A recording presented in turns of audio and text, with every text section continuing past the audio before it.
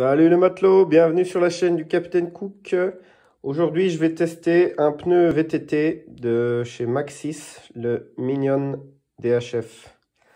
Donc, il y a DHR et DHF pour front, donc ça va se monter à l'avant du vélo. Et donc, je vais rouler avec ça à l'avant et à l'arrière, je vais garder mon Ardent. On va voir ce que ça donne. Et peut-être même, je passerai même avec le Minion DHR à l'arrière. On verra un peu. Donc, c'est une pratique cross-country avec un petit peu d'enduro. Vraiment très léger.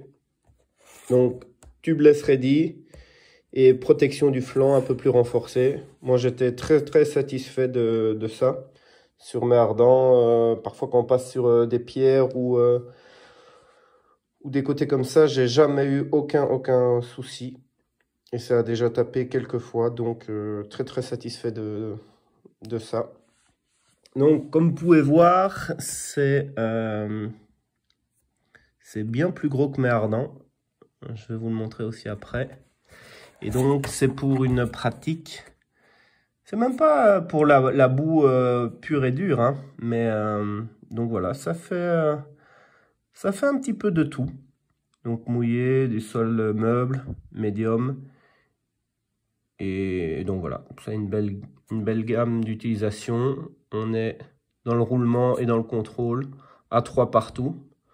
Donc ça a l'air assez prometteur, même si en voyant les crampons comme ça fait un petit peu peur. Mais bon, on verra ça sur le terrain. N'hésitez pas à vous abonner, à liker, à partager. Et si vous voulez une petite bière à la fin de vos randos VTT, commandez-moi une DS. C'est une blanche à l'hibiscus. Pas trop sucrée, mais plutôt bien rafraîchissante. Allez, à tout de suite. Donc voilà un peu la comparaison entre les deux. Celui-ci, c'est le Minion DHF. Et la différence avec le Ardent. Pas bien le focus, mais on peut voir la bande de roulement, il y en a beaucoup moins ici. On va voir ce que ça donne. Là, ça tombe bien, il pleut. Donc, à mon avis, je vais aller tester ça demain. Et alors, le préventif aussi, j'ai mis ça. Joyce No Flats. On va voir ce que ça donne. Je vais tester.